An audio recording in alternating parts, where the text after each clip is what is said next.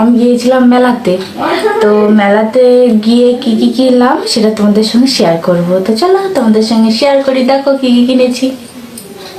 প্রথমে দেখাই এই যে চুড়ি, এই কাচের চুড়িগুলো নিয়েছি।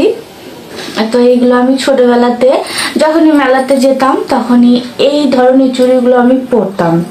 তো আমার এই অভ্যেসটা আছে মেলাতে গেলে এই কাচের চুড়িটা কেনা।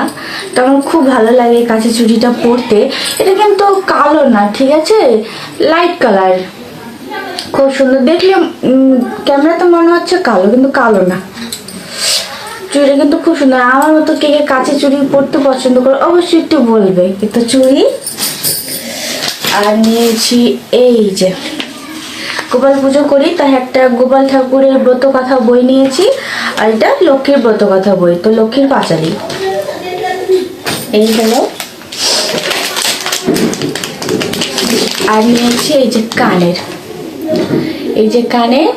তো আমার কানেরটা কেমন হয়েছে অবশ্যই একটু বলবে। তো এই কানেরটা পরে ভিডিও করব, দেখতে তো তোমরা পারবেই।